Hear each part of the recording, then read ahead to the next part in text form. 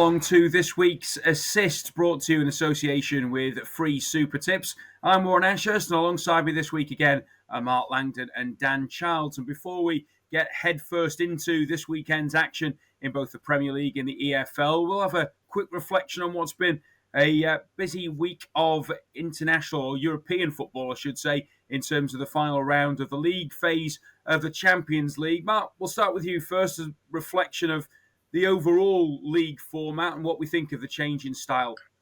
I definitely think that the sort of change has helped. I mean, we might not have gone the whole way. 36 teams trying to sort of understand where you are in the league table that big is quite tricky. But I think the kind of the general, I suppose, vibes really from UEFA was they wanted more of the bigger teams to play each other earlier on in the competition, and we got that. Basically, every time there was a Champions League match day, you had a look at the coupon. There were at least a couple of games that you wanted to watch, and I'm not sure that was always the case during the group stage. And it felt like there were fewer dead rubbers towards the end of the competition as well. Quite often we just saw big teams like already through after 3 or 4 matches. I like the fact that you don't get these teams dropping down into the Europa League. I think that's sort of unfair. If you've done poorly in one competition, I don't see why you should get another crack at it elsewhere. And so I think overall, I'd say it was a net positive. The negative is that I don't think we need 8 matches. I think that is probably too much. The league phase finishes the end of January, and then mid-February the kind of knockout start, and it has been fairly relentless. But overall, I mean, given most things that UEFA and FIFA change seems to make the game worse, I don't think that's happened this time around. And Dan, I suppose we couldn't really have asked for much better in terms of the British clubs. 3 teams automatically through to the last 16, and Celtic and Manchester City have got a chance via the playoffs. Yeah, I mean, you probably wouldn't have thought, it would have gone that way with Manchester City, maybe with a long format. Sometimes you almost get the feeling some of these bigger teams in it of maybe, because there's 8 games, there's almost a feeling that we can sort this out later on in the competition, and there's maybe not enough intensity put into them earlier games. And they're not the only one. Real Madrid had a few early bad results early on, didn't they? So it's a lot of the big clubs maybe lack the intensity of some of the smaller teams they were up against early on. But I agree with Mark about it was a very exciting, certainly final day, but you have to go through a lot of the earlier games to get to that point. I don't think there's going to be a reduction on the way those. I think one of the main reasons for it was to increase the number of games and increase the revenue. So, but it's certainly positive overall. Yep. We'll see how it progresses now when we get into the playoff and last 16 stage. We'll turn our attentions now to the Premier League. And of course, as ever, we'll start off with the big match of the weekend. And no doubt about it, Sunday at 4:30 is the biggest game of this weekend in the Premier League, as Arsenal play host to Manchester City at the Emirates. Arsenal are 11-10 to claim the victory, City 12-5, and the draw 13-5. Mark, we'll start with you first. In terms of the fallout from Wednesday and City in the Champions League, I mean, on the positive side, they showed a bit of, a bit of an edge to come back from being 1-0 down against Bruges. But again, losing at half-time, Pep Guardiola was possibly scratching his head. Well, yeah, I mean, he scratched more than his head, hasn't he, this season? He had those scratches on his face earlier on in the campaign. I think the main thing and the only thing that mattered was getting through at that particular time. The fact that they've ended up in a section of the draw that means they've got to play Real Madrid or Bayern Munich next, is not great from City's point of view. I mean, they've ended up in an horrendous little section of the draw. Most of it was of their own doing. You could look at that game against Bruges 2 ways. The first being that all of the old kind of problems that they've had since Rodri left were exposed by Bruges, who just sort of ran unopposed, basically, for their counter-attacking goal. But then they did find a way to fight back. They had a lot of pressure on them in that second half, and they've scored 3 goals against a decent Bruges side. Stones missed a sitter as well. And so I tend to think that we didn't really learn anything new from City. They are more vulnerable defensively without Rodri, but I do think that sort of over the last month to 6 weeks, the forward line has started to get into some kind of gear, and that was evident in that second half when they deservedly won the game after a sluggish start. We'll talk Arsenal in a moment, but Dan, just another word on City, because we said that probably the only way they were going to properly turn this bad run around that they've had was to bring in some new faces. Marmoush, Kusanov and Risa, the three new faces in particular, have come in to try and bolster the squad. What have you made of the transfer activity? Well, I mean, Marmoush and Kusanov, I think they had kind of mixed, games, didn't they, last weekend against Chelsea? I mean, Marmoush looked very bright, didn't he? Very lively going forward, looks a decent player. Kusanov had a nightmare start, didn't he, where he gave the early goal away and he looked very nervy. I think they probably would have, liked to have maybe brought him off at half time, but didn't want to damage his confidence. But they didn't waste very long in the second half, did they? Taking him off. I mean, I'm sure he'll probably settle down, but certainly it wasn't a great debut from him. I think City. I mean, going back to the Bruges game, the performance really until they equalised wasn't that great. Although I must admit, I agree with Mark, I was impressed with Bruges. Bruges looked a very decent side and gave them a lot of problems. Comfortable on the ball. They didn't until the equaliser. They were playing pretty nerveless football and a danger on the break. But I think for City at this stage that. Just it doesn't matter how you do it. The fact that they turned it around and got the result, you could see the reaction from Guardiola and the players at the end and the whole crowd. They was elated really to get through, even though as Mark's alluded to, they're going to be facing tough games to come. Now, indeed, starting off with this clash at the Emirates, Arsenal had, I suppose, a decent win in midweek against Girona because they made a few changes, Mark. But where are they for you at the moment? Well, they're not playing, I don't think, at the level that is going to be required to overhaul Liverpool in terms of the Premier League. They've not only do they need Liverpool to sort of drop their performances, Arsenal need to up it. And then in terms of the Champions League, I mean, they are probably well suited to like knockout football, you would say, and Saka coming back sort of, but for when the competition gets serious in the last couple of months, they're pretty solid defensively. They don't give much away. You couldn't say, they're not going to win the Champions League. I mean, they're in with a fair chance of winning that competition. But I think in terms of the Premier League, they really need to start playing better. They ground it out against Wolves. They were down to 10 men, relatively early on in that game. So in the end, it's a good victory at Molineux. They beat a Spurs team that I think everybody knows is not in great shape at the moment. But outside of that, a lot of performances have not been at the level required, and felt a bit desperation stakes, didn't it? Bidding 60 million for Ollie Watkins earlier on this week. I'm not saying Watkins would be a terrible signing, but I don't know where you pluck that one from, in the final days of the transfer window. Dan, I suppose, can you see the sense in sort of trying to bring Watkins in?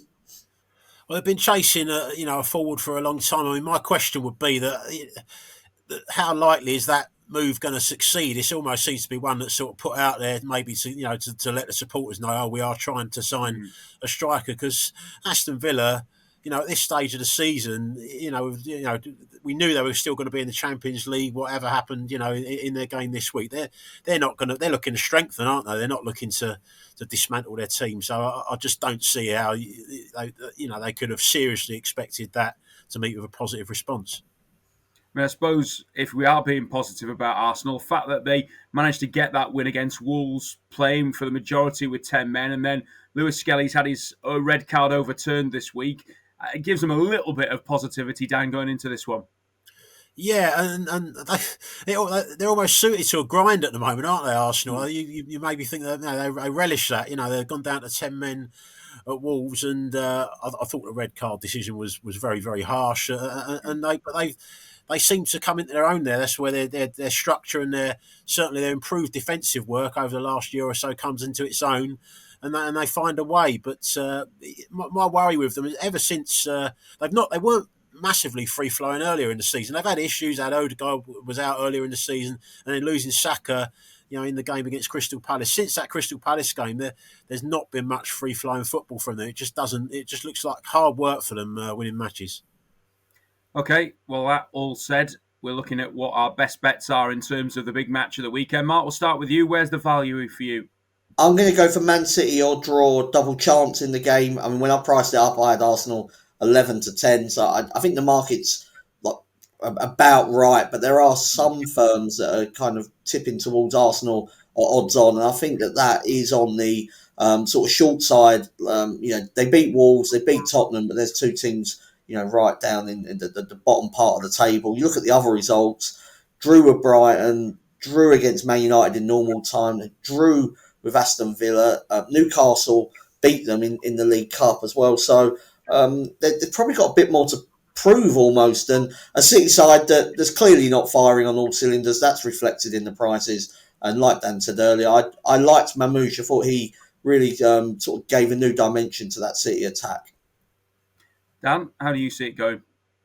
I quite like City here, actually, at the prices. Going to go with City, draw no bets. I just think they've got a little bit more looking at the teams, offensively than Arsenal. You take Saka out, that Arsenal side. City, with Mamouche, Haaland, De Bruyne, to me, they've got more, going forward. And although they're not anywhere near the best, they have actually, under the radar, picked up 13 points from their last 5 Premier League games, which is, a pretty decent, recent run of form. Arsenal, as I've mentioned, since Saka, winning games just seems to be hard work. City, are picking up a little bit. The massive boost as well, to win that, to come from behind and win that game against Bruges. They can now have a little look at the Premier League. They're only 6 points actually behind Arsenal going into this, so it's a big chance for them to close that gap. I think they might just do it. Just a reminder that it is a Sunday 4:30 kickoff at the Emirates for Arsenal against Manchester City. Time now to look at the rest of the Premier League, and I'm delighted, like I'm sure pretty much everybody is, to say that it will be the start of February at the weekend, the longest ever month known to man, I think, in terms of January 2025. But Saturday, the 1st of February, will see a 12:30 kickoff at the City Ground for Nottingham Forest against Brighton. A lot of surprise results across the board, I think, in the Premier League last weekend, and it'll be interesting to see how teams react to how things developed last week. Forest 7-5 to pick up the victory. It's 9-5 Brighton and 13-5 the draw. I don't think anybody was expecting what happened to Forest last week, Dan. No, I mean I fancied them, didn't I? I went with them on the draw no bet, I think, at Bournemouth, but I don't like the knee jerk after one game, but to lose a game 5-0. I just think it does take a little bit of recovering from mentally, and so even though you can look at the table and think Forest are at home here, and you could make a case for them based on that, on the long term form, I just think Brighton, they're doing better away from home at the moment than they are at home. They had that kind of smash and grab against them, didn't they, against Everton last weekend? But away from home, the FA Cup 4-0 at Norwich, beat Ipswich 2-0, Man United 3-1. They're doing very well on the travels, Brighton. When teams come onto them and they get a little bit more room to play, Forest, they're not a team that press too high up the pitch, but at home they're going to be under pressure to at least be a little bit front-footed. And I can see Brighton maybe nicking this. Going to go with Brighton on the draw no bet. Yeah, it's a tricky one for Forest, Mark, having to react from that defeat and against a team like Brighton, who can be unpredictable and capable of beating anybody on the road. Yeah, I think Brighton are quite predictable, though. I think that they're good when they've got space, and they're not so good when they haven't got space. And I know that Forest are at home, but Nuno, he's not the most adventurous coach. I think he will sort of sit in and respect what Brighton sort of do with the ball, and that's why I'm going for Nottingham Forest draw no bet. So the complete opposite to Dan. So I don't know if we're helping punters here too much, but that 5-0 defeat against Bournemouth, it was their first loss since City in December, and then you have a look at the XG, and it was only 1.7 to 1. So I'm just wondering if it was one of those days really where everything went wrong for Forest, and back at home as well. I would say that I think if you're a big team, sort of expected to be up there, and you suffer a 5-0, I can see how that does knock you off your stride. I just wonder with Forest whether, Nuno can just say to them, look, get rid of that game, look at the season as a whole. We're doing great. I mean, I don't think the fans will be kind of too upset, too angry. And that's normally when I don't like it, when a kind of team with expectations gets thumped. I then wonder about them when they're playing at home next time. I don't see a sort of negative reaction for Forest. So, I thought they'd be a bit shorter than 4-5 on the draw, no bet. Well, there are 4 games kicking off at 3 o'clock on Saturday, and probably the most intriguing of them is at the Vitality Stadium. Bournemouth against league leaders Liverpool. Bournemouth 7-2. It's 100-30 the draw and 4-6 Liverpool. I mean, Bournemouth, Mark, have already got the scalps of Arsenal, Manchester City, and as we said, Forest this season. Could they do it again with the leaders? They could, yeah, they could. I mean, Iraola's, a fine coach. Clearly, that's obvious. I'm just wondering, though, at some stage, and we've mentioned it last couple of weeks, and actually they've been able to overcome those injuries, but they have still got a lot of injuries, Bournemouth. And I mentioned sort of the XG a bit earlier on. They've scored 11 goals in the last 3 games from 4.9 expected goals. So that has got to slow down at some stage. And Liverpool rested loads of players in midweek. Barely had a game in Eindhoven. So I thought Liverpool 8-11. I wouldn't want to go any shorter than that, but I still felt that was a fair enough price for the Merseysiders against injury hit Bournemouth. If it was full strength Bournemouth, not so sure, but they have got those injuries. I think a lot of Liverpool fans, Dan, feel like this is a key game for them. If they can come out unscathed off the back of this, and with Arsenal playing City, it could be a crucial weekend. Yeah, I'm not sure they will come out of it unscathed as well. My doubt with Bournemouth, with the main with the injuries, was the centre forward, and I think they were worried themselves about it. Evan Nilsson was starting to play well and was quite a focal point for them, but other players have really stepped up. I mean, the likes of Cliver, Ouattara, both got hat-tricks recently. Semenyo's still playing really well, and they're such a threat, aren't they, on the break? With teams that come onto them, Liverpool will... I mean, they're a different type of team that they were under Klopp, but they're still a front foot team. They'll come onto them, and Bournemouth are going to be a big threat with their pace and movement on the break. And maybe the last couple of games that they were lucky to win by the margins that they did, but they're 12 games unbeaten now, so they've been very, very good for a long time. I compare them to sort of Spurs with a number of injuries they got, but unlike Spurs, they're not having to play midweek games. So at least the players that are playing, they're not having to go twice a week. So I just think they might have another big performance in them, and I'm going to back them to get a draw here. I think it's overpriced. Well, Everton are on a David Moyes revival at the moment as they have put back-to-back wins together to move them further clear of the relegation zone. They face a big clash against Leicester this weekend at Goodison Park. It's 4-5 the Toffees, 27-10 the draw, and 7-2 Leicester. Dan, we'll start with you with this one. Let's start with Everton then. Like you said a bit earlier on, a little bit of a smash and grab against Brighton, but certainly David Moyes seems to be getting the best out of the team. Yeah, but a big smash and grab. It was 16 shots to 3 that game. Obviously, the penalty won it for Everton. I mean, their XG was still under 1 despite scoring a penalty, which kind of gives you an idea of how much alternative attacking threat they had. I don't rate Leicester, I've got to say, but that's a big win for them to go and win at Spurs. I know Spurs have got so many injuries and depleted, but it's going to give them a huge lift. And Everton, they've had them 2 wins, which is a big boost, but Calvert-Lewin's injured at the moment. They don't score many goals anyway. And I just think this is a game that you're struggling to see a lot of goals. Everton are going to put it on Leicester, play direct. I just think that Leicester, may be, able to cope with that. And I can see a tight game, low scoring. So in that case, the draw looks overpriced to me. Going to go with a draw. What about you, Mark? Is there a chance for Leicester here to probably close the gap on Everton?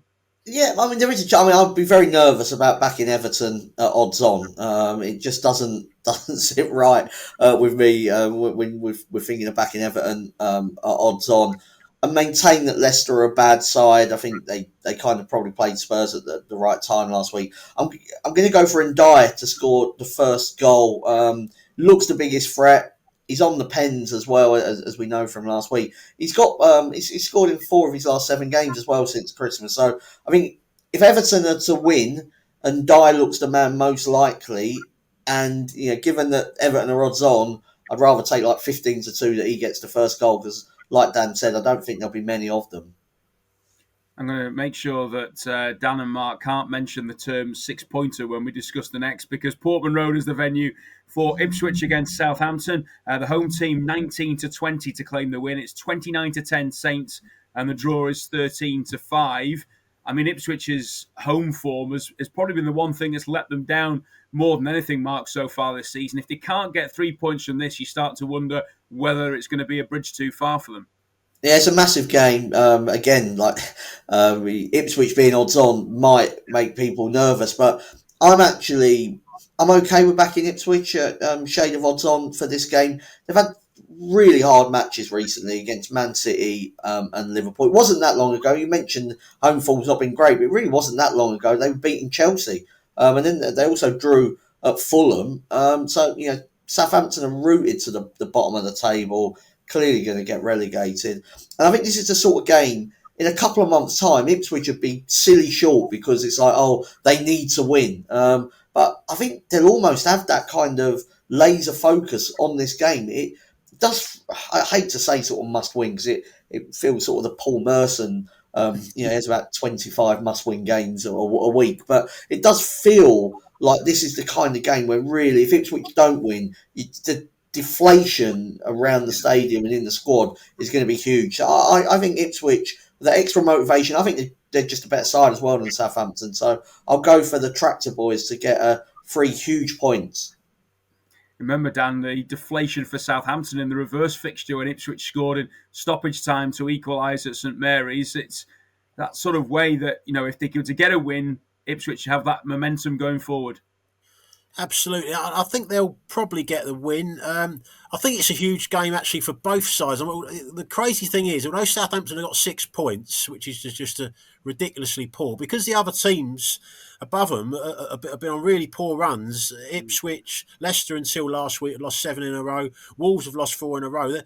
They're detached, but if they actually could put a couple of wins together and maybe beat a few of the teams around them, it's not completely unthinkable that they might, give themselves a bit of hope. But this is a game that they would have to win to at least start that off. But I don't think they're going to do it. I just think that they're so poor in both boxes, Southampton. They just give up far too many goals. Even with a new manager coming in, they're still, even when they get off to a good start like they did against Newcastle, they capitulate and lose 3-1. And Ipswich, as I mentioned last week, they've got these two.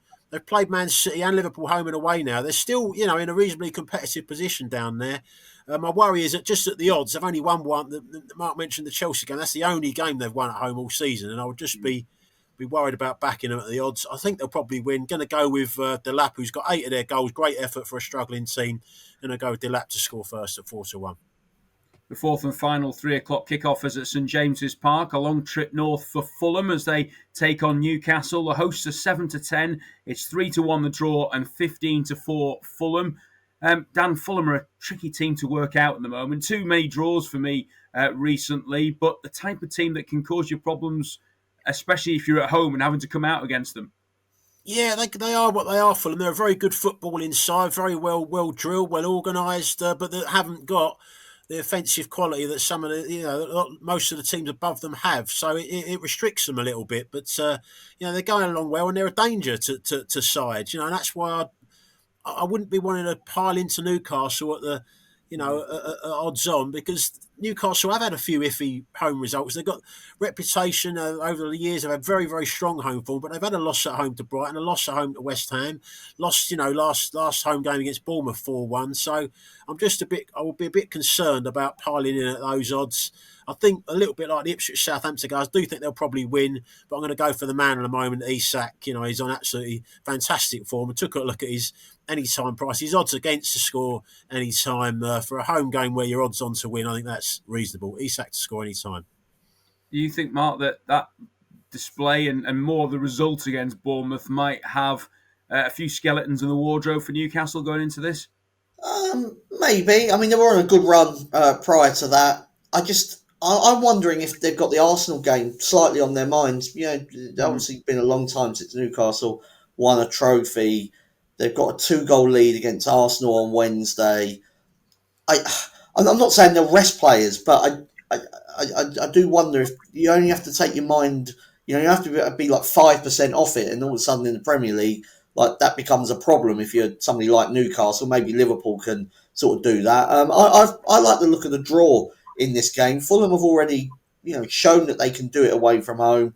They drew at Liverpool. They won at Forest. They've won at Chelsea. They sort of drew at Spurs when that was considered sort of a good result as well. So they are a difficult team to put away. Arsenal struggled against them sort of last couple of seasons as well. So yeah, I just I wouldn't be backing Newcastle at the price, that's for sure. Well, Saturday's 5:30 game is a West Midlands derby at Molineux as Wolves play host to Aston Villa. Wolves 23-10, the draw 13-5, and it's 11-10 Villa. I just wonder how much that Celtic game will have taken out of Villa, Mark, going into this game. Yeah, I mean, there was an emotional night. They obviously qualified top 8 now in Champions League. That's a great achievement for them. I don't think they had particularly easy fixtures along the way. Beating Bayern Munich was the highlight. Fully deserved to beat Celtic. It was only really some sloppy play really that enabled Celtic to get back into the game at 2-2. But they had to win it twice almost. They all missed a penalty. The concern would be just how if they're unsettled in any way. Duran's been linked with a move to Saudi Arabia. Watkins has transfer talk with Arsenal. It just isn't. It's not amazing, really. I think if you're trying to build something when that those distractions can get in the way. In terms of this game, I'm not going for a big price, but I am going for one that I like the look of. I think both teams to score is the way to go with it. I've got it in one of my sort of best bets for later on, so I'll maybe save the reasoning for them. But I think it'll be a high scoring game at Molineux. I'm not sure Villa are capable of doing anything else really at the moment. No, it's a difficult one to call when you consider how important it is to Wolves and that game in midweek for Villa. Dan, how do you see it going? Yeah, it's probably more important to Wolves, but Villa they're eighth, they're having a solid enough season in the Premier League, not too far off a lot of the teams above them. They're 21 points, above Wolves, so there's a big gap here in quality between the teams. And I just don't think that's reflected in the prices. Shade of odds against Villa for me. I think the fact it's a derby as well, it's probably a good game for them to get up for. If you are feeling a little bit, tired and jaded, and the fact that they won the Celtic game, I think that the tiredness is more of an issue in a game like that. If you don't get the result, the fact that they got the result and they're jubilant, a little bit like with Man City, I expect them to kick on, and similar with Villa. I just think Wolves, they had an initial upturn under Pereira, lost 4 in a row now. That performance against Arsenal, when you've got the leg up of the red card, they didn't really capitalise on it. There was discontent in the fans chanting against the owners. I just don't think it's a happy place at the moment. Villa to win for me. Let's move on to Sunday then now. The first of the 2 o'clock kickoffs takes place at the G-Tech Community Stadium. Brentford against Tottenham. The Bees for this game are around 11-10. Tottenham 11-5. And the draw 29-10. I'll be fully honest, I was not expecting to be doing the assist on the Thursday and Ange Postecoglou to still be in a job after that defeat against Leicester last week. But it seems for the time being that Daniel Levy's going to stick with him down, and he needs a result from somewhere. Yeah, I've obviously got which a very important game against Elfsborg to come first, which Spurs, to make sure of avoiding another 2 games in February and having an 8-game February, they need to win that game. So we'll have to wait to see what comes out of that. Certainly going to have to go as strong as he can against Elfsborg, and then you wonder, Spurs seem to almost pick up an injury every game at the moment, don't they? They're waiting and they're getting players sort of dribbling back. Van der Ven, Romero back in training, ahead of the game against Elfsborg. But you still wonder what kind of state they're going to be in at the weekend. They're picking up like attacking injuries now as well. Solanke lost recently. Maddison's now out for 2 to 3 weeks. Johnson on the injury list as well. So I just think that it's a great time still to play them, and I'd fancy Brentford to get the win. Now the price is Brentford are only a shade of odds against, so I think that any juice really has gone out of that price, to call it a great value bet. But Brentford have been so strong at home, had a really good away result at Palace, who have been in form as well last weekend, and I think they'll probably win a higher scoring game. Spurs tend to score, so I go with Brentford and both teams to score. Looks a price to me. I imagine, Mark, that the Brentford front line, the likes of Visser and Mbomo, will be licking their lips at the prospect of facing a really impacted, shall we say, Tottenham backline because of injuries. Yeah, but I mean, it depends who's back. I mean, Jed Spence, Postecoglou said he'll be back. I think he is sort of better than some of the other options that they've got. Van der Ven, whether he starts against Elfsborg, not so sure, but he's back in sort of full training now. Like that could make the defence look a fair bit sort of stronger. Yeah. If it sort of, I don't know, it might be Porro, Dragusin, Van der Ven, Spence, for instance, which actually there's not too many excuses for being appalling at the back. I just can't.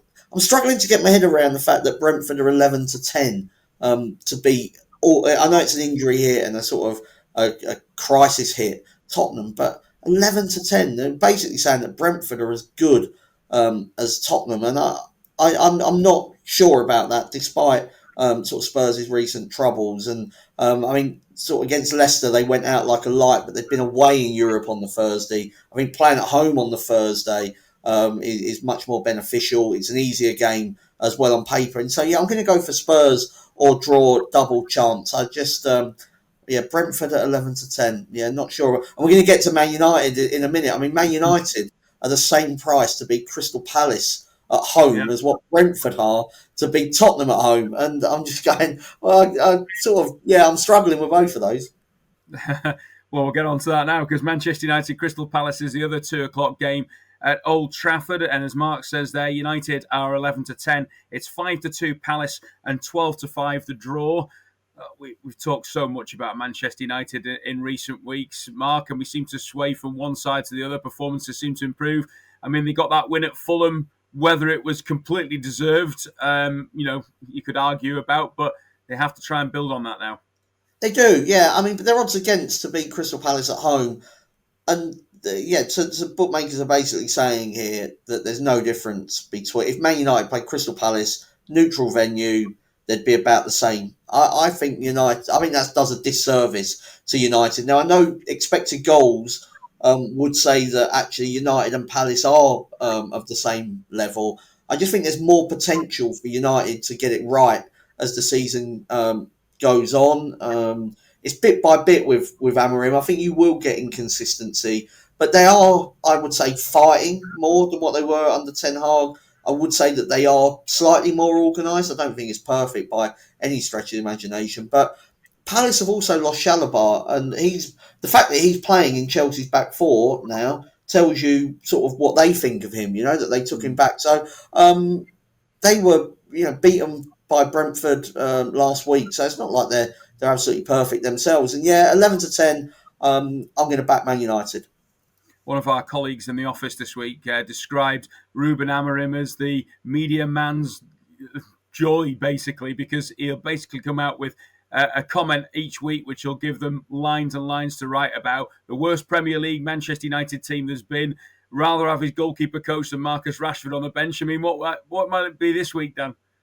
Yeah, he's just brutally honest, isn't he? I mean, statistically, they probably are the worst Man United team in the Premier League. If they finish, where they're headed for in the table, and he's just saying that until Rashford's changes, whatever is happening in training there, that he would put anybody on the bench ahead of him. So he's refreshingly honest, and long may that continue, really. But for this game, no, I think Palace are.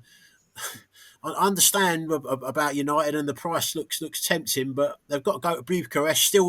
They're still not mathematically, are they? Clear in the top 8 in the Europa League. So they're coming back from Bucharest in the Europa League trip. And Palace are better away than they are at home. Got 16 points away, 11 at home. They do counter attack quite well. Last away game they won at West Ham. West Ham were criticised for being really poor, but West Ham's results around that, they've actually performed okay. So maybe it's that Palace are decent away from home. Not so long ago, got that win at Brighton as well away from home.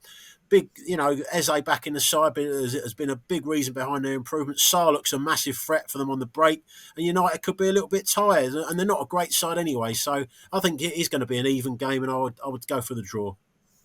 Well, it's going to be an interesting Sunday, whichever way. 11 to 10, by the way, on Brentford, Man United and Arsenal, all the same prices for home wins on Sunday. One more game to look at in the Premier League, and that's Monday night, and a bit of a London derby at Stamford Bridge, where Chelsea take on West Ham. Chelsea 4-11 to claim the victory. It's 13-2 West Ham, and the draw is 15-4. I mean, I know we've been glowing about Chelsea, and quite rightly at times this season, some of the football they've played, Dan. That looks like a very short price for me at home against West Ham. I agree, and I just mentioned there about that West Ham performance against Palace being a bit of an outlier, because since Potter's gone in there, I've seen some improvement. I've got to say that the FA Cup performance, although they went out against Villa, was very good. When they played, they had the win at home to Fulham in the league, and a very decent performance away to Villa last weekend. Maybe you could say Villa are distracted with a big Champions League game coming up, but from West Ham's point of view, they were worth at least a point, really, from that game.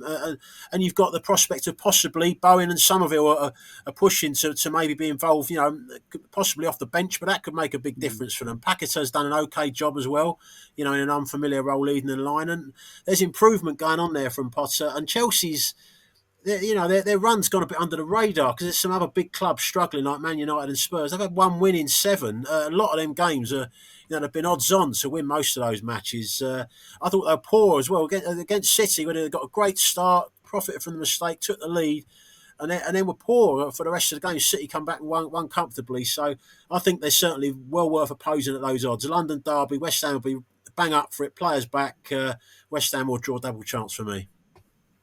Mark, are you thinking along the same lines, or do you fancy a home win here? No, along the same lines, just a different bet. I'm going for West Ham plus 1.5 on the handicap. So even if they lose by a goal, you're a winner. And yeah, I sort of just echo everything Dan's just said there. I don't think I need to repeat any of it. That's the Premier League covered then. Up next is the EFL. The big punting survey is back. Punters, it's time to have your voice heard on major betting issues. Plus, you'll automatically be entered into a prize draw for one of 5 £50 Amazon vouchers. Visit racingpost.com/BPS or scan the QR code to take the survey today. So our match in focus in the EFL this week takes place at Home Park, where Plymouth and West Brom do battle on Saturday lunchtime. Plymouth, of course, towards the bottom end of the table. West Brom have got their sights set on potentially going up via the playoffs this season. First off, Dan, great to see Tony Mowbray back, and I think delight around the Hawthorns also to see him back in the dugout there. Yeah, I think he's well liked. I mean, firstly, he seems to be a very decent human being, which is one of the big reasons, and also because his teams they do play really nice attacking football as well. Most of his teams, whenever you watch them, they're a joy to watch. And he's gone in at West Brom, who have been very well coached under Corberan, but quite a regimented sort of team. And straight away, you can see there's an attacking style developing immediately. He's gone with at Portsmouth at home last week with Mowat and Swift, attacking midfielders in the central midfield roles in their 4-4-2. Fellows and Mikey Johnston wide and a front two. And they 4-0 up at half time, going to win 5-1, and the crowd were absolutely loved it. So you can see the way he's going to go about it. They've had a lot of draws this season, West Brom. I don't think there's going to be as many draws certainly for the rest of the season. From Plymouth's point of view, they've gone and got 2-2 at Sunderland, and apparently played very, very well in that game. Were well worth the draw there. So there's just some signs there that with players coming back, they're not totally detached. That maybe they'll have a chance of pulling some of them teams in above them. But the defensive record at the moment is the worst in the EFL, 62 goals conceded. And against that, West Brom team with Mowbray getting them to really attack, I think West Brom will just have a bit too much. So I'll go West Brom, and both teams to score will be the bet. Plymouth are 15-4, by the way, to collect the victory. It's 7-10 West Brom, and the draw 27-10. So that is our feature game then in the EFL. Time now, though, to look at the rest of the EFL selections from Dan, who will give us normally 3 tips for the weekend. And where are we starting this week, Dan? I'm going to start with a Championship team that dropped into the bottom 3, Derby, at home to Sheffield United, who was second. And I'm going to go with Derby, draw no bet in this one. It might sound a bit crazy, but the Championship, anyone that watches it, it's a You know, it's a very, very competitive, even game. Not a lot of difference between a lot of the teams. And Sheffield United lost 3-0 at home to Hull last Friday. I watched the game and they were really poor. They've had a lot of injuries now for a while, and it's starting to really catch up with them. And I'm not sure there's going to be an immediate, response to that. Now, Derby have lost 6 games in a row to drop into the bottom 3. A lot of them games have been really tight. They were the better team for a long period against Cardiff until they conceded the first goal last weekend. They've had 6 of their 7 wins have come at home. They've beaten Middlesbrough at home, West Brom at home. New striker they got in, a Norwegian, the name escapes me at the minute, but he looked decent as well, scored in the game away to Cardiff last weekend. So I just think that they're a bit overpriced here. Going to go with them on the draw no bet. Now, following on from that, going to go into League One. Bolton, I'm going to back to win about away to Reading in a battle of the playoff chasing team. Sounds like Stephen Schumacher is the one that's going to get the Bolton job. But under Julian Derby, the caretaker, they've had an upturn. They've won 1-0 at Huddersfield, great win last weekend, and a 3-1 win at home to Northampton.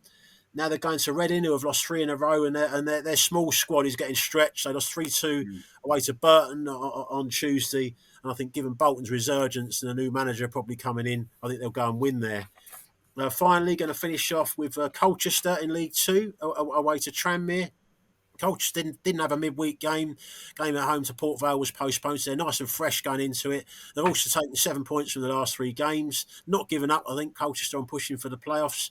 Tranmere are sliding into trouble. They've had a really poor run. Lost 3-1 away to Swindon on Tuesday. Had 2 players sent off. They were leading, actually, 1-0 with 87 minutes gone and then lost the game. A massive hammer blow for them to lose that game. Cameron Norman and Drysdale, the red-carded player, is going to be suspended. And apparently, according to Adkins, the manager, they had injuries in that game as well. So great chance for Colchester to go there and win. Okay, so just to remind you that Dan's EFL treble this week is Derby, draw, no bet, Bolton and Colchester. It's time for Mark now to give us his bet builder for this week. And what game are we looking at, Mark, for the bet builder? So we're going to the Emirates. It's Arsenal against Man City. Felt only right, really, that we chose the biggest game for the bet builder. Both teams to score is the first leg. Now, Arsenal City games have tended to be a bit tetchy. Guardiola and Arteta, the last one wasn't too bad, but the 2 before that stunk the place out. But I think City just can't really defend at the moment. Only 3 away clean sheets in their last 16 road trips, and that was against Leicester, Ipswich and Slovan Bratislava. So, they're struggling defensively, but I like the look of their attack now. So this might actually be a better Arsenal v City game than we've sort of come to expect in recent seasons. I like Kovacic to be carded. The Arsenal fans will remember he should have been sent off at the Emirates. Was it last season when he was booked and then should have been booked again? He's had 6 cautions this season, and that includes last week against Chelsea. And he's basically the only defender in that side, really, in terms of the midfield. So he's having to do a lot of work there. And then I'm going for Gabriel to have a shot on target. Now, I'm not expecting that to be from open play for the centre-back to go up, but he's caused City problems before, scored in the reverse fixture. But above sort of that, really, I was having a look at Arsenal and the amount of corners that they get. In their last 7 matches, they've had 67 corners. So it's almost like they play for them in some ways. You remember when Stoke used to play for throw-ins and then Delap used to launch it? Now, Arsenal are more than comfortable at winning corners. And if they get another, 7, 8, 9, 10 corners in this game, Gabriel's to target all of them. So hopefully he can get a shot on target. So both teams to score, Kovacic to be carded and Gabriel to have a shot on target. So Mark always likes to give us a prop shop tip for the week as well. Just the one this week, Mark? Yeah, it is. Yeah, it's at Old Trafford. Man United against Crystal Palace. Now, I said in the sort of match preview, I fancy United to win the game. The problem for United is they haven't got that many people that sort of score goals. But somebody that does step up is Bruno Fernandes. I'm backing him to score or assist in the game. It's around about 11 to 10 that he does one or the other. Since Ten Hag was sacked, Manchester United have played 13 Premier League games and Fernandes has scored or assisted in 8 of those. So, a good, respectable record given that we've got odds against, and I think Palace are fairly average opponents. But then I looked at the home games in all competitions since Ten Hag departed. they've had 11 of those, and he's scored or assisted in 8 of them. So I think the stats are on our side here for Bruno. He's not loved, is he, by opposition fans? But if you back him to score or assist, it might help if he does score and then annoys you with his stupid celebration or something. Okay, that's Mark's prop shop and his bet builder, of course, for this week. Time now for the assist treble. We had some success in midweek as well, with Manchester City and both teams to score and victories for Real Madrid and Inter Milan. I wonder if we can back that up this week as well. Dan, we'll start with your assist treble selection first. Yeah, going to go with Bolton to win away to Reading in League One. Bolton, since Ian Everett's sacking, had the wins against Huddersfield and at home to Northampton. Reading lost 3 in a row. I'll just mention as well that 2 of them defeats, 3-1 at home to Stockport, 2-0 away to Leyton Orient, sort of playoff chasing teams who have a very similar ability to Bolton. I think Bolton will do a similar job on them. And yours, Mark? What's your pick? Yeah, Wolves v Aston Villa, both teams to score. Both teams actually have only got 3 Premier League clean sheets each this season, and if you sort of combine their BTTS stats, 68% of their games between them in the Premier League have seen both teams score. I know Wolves have failed to score in their last couple of home games, but it was always going to be a grind against Arsenal, even more so when the Guns went down to 10 men. They had 6 shots on target against Forest, so I don't think there's sort of a fundamental problem there. Villa got defensive injuries at the moment, but always carry a threat in the forward areas, and I'm sure Rodgers will be absolutely flying after his hat-trick against Celtic in midweek. And I'm going to dip into League One. I'm going with Leyton Orient to beat Stockport at 17-10, which I think is a really healthy price. Orient unbeaten in 11 league games now, 9 wins and 2 draws during that run, and they've not conceded a goal in the last 6 at Brisbane Road either. Stockport have won the last 3, but they were against teams lower than them in the table, and they've only won 1 of the last 6 on the road. Orient beat Stockport 4-1 at Edgeley Park back in September. That, of course, was when Louis Barry was still at Stockport as well. He's now moved on. I think Richie Wellens is doing a great job at Leyton Orient, and I'm going with them this week. So the assist treble, just to remind you, Bolton, both teams to score between Wolves and Aston Villa, and Leyton Orient. And we'll conclude this week's assist with the naps from Mark and Dan. Mark, we'll start with your nap first. Yeah, London derby on Monday, Chelsea against West Ham. I'm going for West Ham plus 1.5 goals on the handicap. Chelsea, only 1 win in 7 Premier League games. I thought they were really poor for sort of the vast majority of that game against Man City. Lacked belief once they went 1-0 up. City were on the ropes, and their lack of killer instinct really sort of came back to haunt them, really. And, Maresca was right, wasn't he, when he said that they're not sort of mature enough yet to be fighting for Premier League titles. London derby, so I'm expecting West Ham to be right up for it. And I think that they're, under Graham Potter, they have shown signs of an upturn in form, even if sort of the results haven't always gone for them. A couple of games against Aston Villa away, for instance, where they played both. In both games, they played well. So I can see how Chelsea win the game, but I'm not sure that they'll be hammering the hammers. Yeah, what about you, Dan? Who's your nap for this week? Yeah, going to go with Colchester away to Tranmere in League 2. 11-8 looks a massive price to me. 3 successive clean sheets for Colchester. They're not scoring loads of goals, but I'd expect them to find one against Tranmere, who are going to be completely demoralised, I think, after that late collapse against Swindon, which leaves them just a few points above the League 2 relegation zone. And that just about wraps up this week's edition of The Assist. It's goodbye from myself, Mark, and from Dan. And we do like to read your comments on the Racing Post YouTube channel. So leave us a comment or like and subscribe, of course, as well. And if you like your golf, then make sure you join Steve Palmer for the Sweet Spot every Tuesday. We'll be back next Thursday with another episode of The Assist. In the meantime, enjoy all the football this weekend. And please remember to gamble responsibly.